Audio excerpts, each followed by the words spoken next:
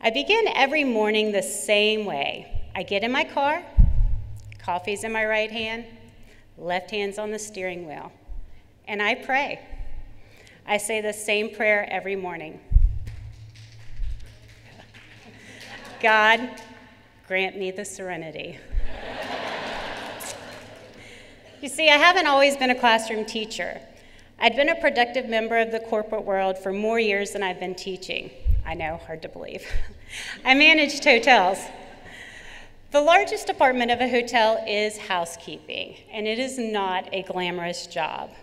Every day I was inspired by what the employees in that department could do, but discouraged because most of them were never going to make more than the $7.50 an hour I could pay them. They just were not educated. Many never even finished high school. For those who could not read, we color-coded bottles to ensure bleach was not sprayed as room freshener. Then came OSHA and material safety data sheets. And my employees, well, then they had to be able to read. I worked with many, and we made great strides, but if only I could have gotten to them sooner. They were certainly smart enough, hardworking, yes. Why were they not better educated? To accept the things I cannot change. I couldn't change the situation with the employees in our housekeeping department, but I knew that I could change a future generation. Heck, the greatest part of my job in a hotel was teaching the employees something new. We even learned a new word every day.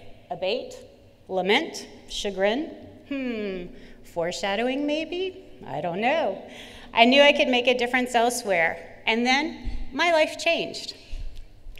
I married my wonderful husband, Eric, and we had our amazing son, Lane, and I moved into education and began teaching business classes.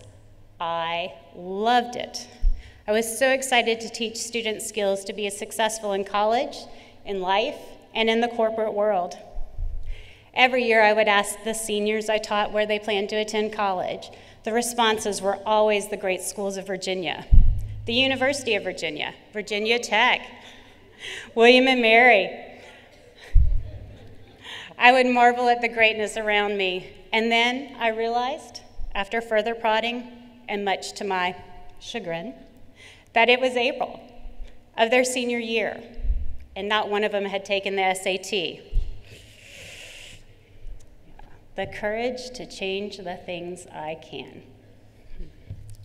So shortly after arriving in the teaching world, I was asked by, undoubtedly, the single most significant person in my teaching career, the one who has molded me into the teacher I am today, to teach a new program called Avid.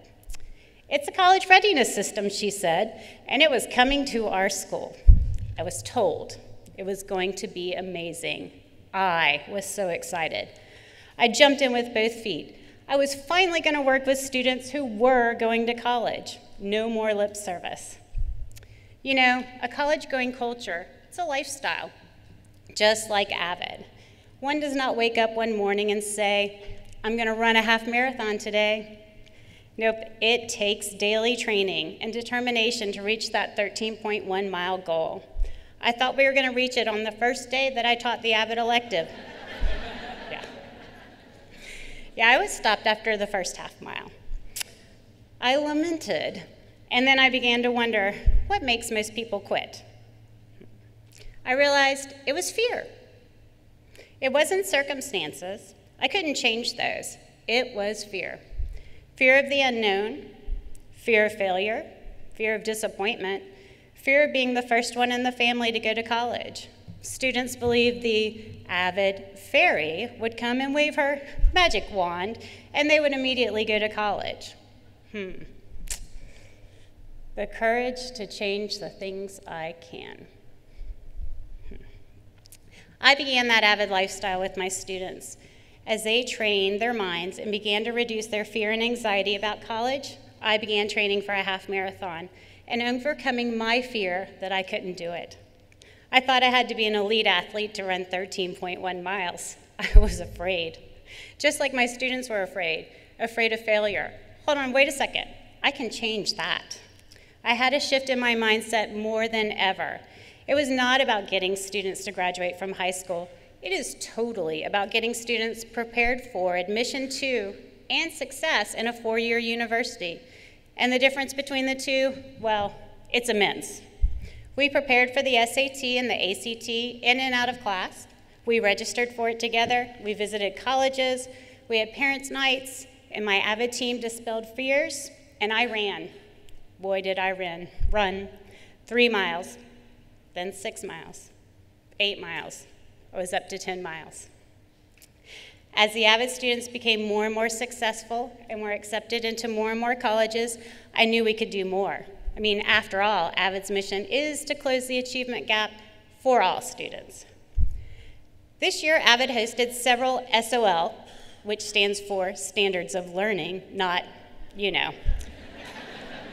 blitzes for our state end-of-course testing. We invited students who were identified to struggle on these exams. Because of our high school is not located in the neighborhoods in which it serves, we asked one of our feeder middle schools if we could hold our end-of-course blitzes there on Saturdays, since it was convenient for our students to attend. Over several Saturdays this past year, 450 students attended workshops in reading, math, history, and science. Avid seniors who were once afraid, who now had been accepted into the colleges of their dreams, they helped, they tutored, they served, and they cleaned. Many teachers volunteered their times and talents, and of course, used Avid strategies. And the students, well, they were successful. Students passed their SOLs. Students were excited. Students wanted more Saturday school.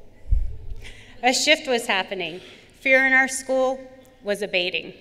And I was up to 12 miles. You might have noticed I hadn't gotten to the part of the prayer that includes the wisdom to know the difference. I ran my first half marathon.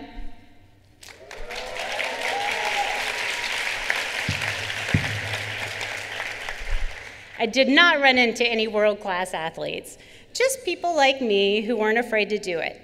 Avid is that lifestyle. There's no wisdom needed to know the difference.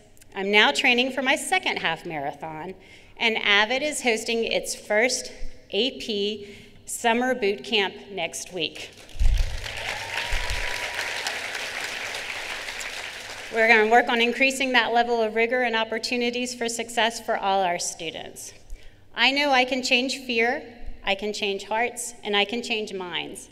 Avid is that wisdom. And my students, my Avid students, they will never be stopped by their lack of education. Thank you.